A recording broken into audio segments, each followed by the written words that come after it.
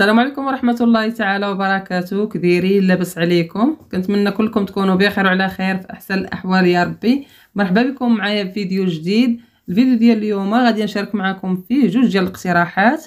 الاقتراح الاول غادي نوجد فيه الشيفلور اولا الكرب، كل واحد شنو كيسميه، وكاين البعض اللي كيسميه بالزهره. غادي نديرو في الفران بهذه الطريقه ان شاء الله الرحمن الرحيم، غادي يولي يعجبكم وغيولي معتمد عندكم. وغادي نشارك معكم الروز بالخضره بواحد الطريقه اللي كيجي لذيذ بزاف وانا معتمده عندي في الدار. بسم الله على بركه الله. في الكوكوت شديت هذيك الزهره، حليت داك الشجيرات كاملين، خليتهم بحال هكاك مجموعات كل شجيره بوحدها، وخويت عليهم الماء الطايب، يعني غطيتهم بالماء الطايب. وغادي ندير معاهم نص حامضه اللي غنقطعها على جوج، ندير جوج طرونشات ديال الحامض، وغادي ندير جوج وريقات ديال سيدنا موسى.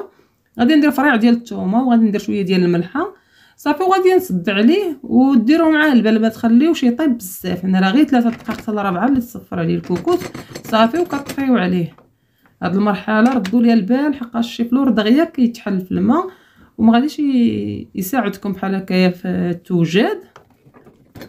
صافي من بعد ما كنقلب الكوكوت وكنلقى الشيفلور بدا كيدخلوا الطياب، كنخليه كيتسقطر على جنب. وغادي ندوز باش غادي نوجد معاكم الروز. ضروري ما يتسيطرش الشيفلور، يعني هاد المرحله راه مهمه، يعني كيف اللي درتو الوصفات بجوج، كيف اللي درتو غير بوحدو خليو ليه الوقت شويه يتسقطر. في الكوكوت درت شويه ديال الزيت البلديه، ودرت راس ديال البصله مقطع مربعات صغار، اولا يمكن لكم تطحنوا في الهاشوار، ودرت معاه شويه ديال الملحه. شحرت البصله شويه حتى بدات كطيح، عاد درت خيزو مقطع طريفات صغار وكاس ديال الجلبانه. وبالنسبه للكميه ديال الخضره اولا ديال الروز راه كتبقى اختياريه على حسب عدد الافراد ديال العائله. وغادي نصفي زلافه ديال الروز، كنكون غسلتها وكنصفيها من داك النشا اللي كيكون فيها، وكنخليه كيتقلى مع الخضره. هاد المرحله راه مهمه حتى هو كيتشرب كعطريه. في العطريه درت شويه ديال البزار، شويه ديال الخرقوم البلدي، شويه ديال السكنجبير، ودرت معلقه ديال مركز الطماطم يعني مطيشه ديال الحك صافي. وكنبقى نقلب في الروز مزيان حتى كيتشحر ليا وياخذ اللون ديال اليقامه وكيتبدل فيه اللون كامل. هاد المرحله راه مهمه. درت شويه ديال القزبر ومعدنوس، بديروا في هاد المرحله كديروه، يعني بديروا شويه، ما غاديروش غتخليو المرحله اللي غادي نشحروا فيها بحال هكا الفلفله. عاد غادي نديروا القزبر ومعدنوس صافي. كما كتشوفوا راه كنبقى نشحر الروز مزيان، كنقليه مع الخضره مزيان حتى كيتشرب ليا اليقامه ويتبدل فيه اللون، راه كيجي لذيذ ما تقنعوش منه. شوفوا اللون ديالو كيفاش ولا صافي. وغادي ندير بطاطا متوسطه مقطعه مربعات صغار، ما كنديرهاش في الاول باش ما كتاخذش كيطيب بزاف وكتحل منين كندير الماء ونسد على الروز. والخضره راه على حسب اللي بغيتو، الثوميه وعلى حسب المتوفر عندكم. بالنسبه ليا كندير الخضره كاع كامله، بالمرات كندير البطاطا بالمرات ما كنديرهاش صافي. والقياس ديال الماء راه كيبقى على حساب الروز. درتو كاس ديال الروز كديروا 2 كيسان ديال الماء، درتو زلافه ديال الروز كديروا 2 زليف ديال الماء صافي، وكتسدوا عليه طيب. غير كتصفروا الكوكوت كتحسبوا له ربع ساعه صافي، وكتخليوه. لما وجدتو الفلفله اللي كندير انا بهذه الطريقه، كنقطعها مربعات صغار وكنشحرها في شويه ديال الزيت، كندير مع شويه ديال الملحه والشونيه. وهنايا ملي كتشحر ليا الفلفله عاد كندير معاها القزبر ومعدنوس باش كتبقى الريحه ديالو عاطيه. ومنين كيكون الروز وجد عاد كنزيدو نتايا على الروز. هذه الطريقه كتجي حسن من انكم كديروا الفلفله من الاول، راه الريحه ديالها كتجي زوينه. ولكن الا درتوها من الاول راه كترخى، يعني كتجي بحال هكايا ميه. اما هكايا منين كتشحروها بالزيت كتجي ديك النسمه ديالها زوينه بزاف مع الروز. وبالاخص الا زدتو عليها واحد الحكه ديال الزعتر، ان راه كيجي هذا الروز ما تقنعوش منه. كنتمنى تجربوه وتردوا عليا في التعاليق صافي. وغادي نبقى كنشحر في الفلفله ديالتي حتى كتبال وكتشرب ليا ديك الملحه والشونيه اللي درت معاها، راه كتجي بنينه ما تقنعوش منها. دابا الروز ديالي وجد كما كتشوفوا، غادي نزيد عليها ديك الفلفله اللي شحرت وزدت عليها القزبر ومعدنوس. وكما قلت لكم الا بغيتو تزيدوا تلدوها وكان كيعجبكم الزعتر ديروا واحد الحكه ديال الزعتر بين يديكم وكتخلطوا كل شيء وكتسدوا عليه وكتخليوه يشرب. راه كيجي فارك وكيجي زوين، راه ما كتقنعوش منه. غنشاركو معكم ان شاء الله الرحمن الرحيم بطرق وحدين اخرين بحال هكايا بالدجاج اولا بلا.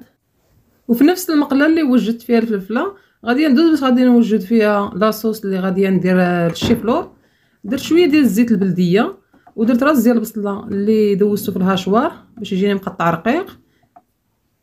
غادي نشحرو مع شويه ديال الملحه، شويه ديال الخرقوم بلدي، شويه ديال السكينجبير وشويه ديال التحميره، راس المعلقه ديال الشونيه الحاره وراس المعلقه ديال الابزار، معلقه صغيره ديال الكمون.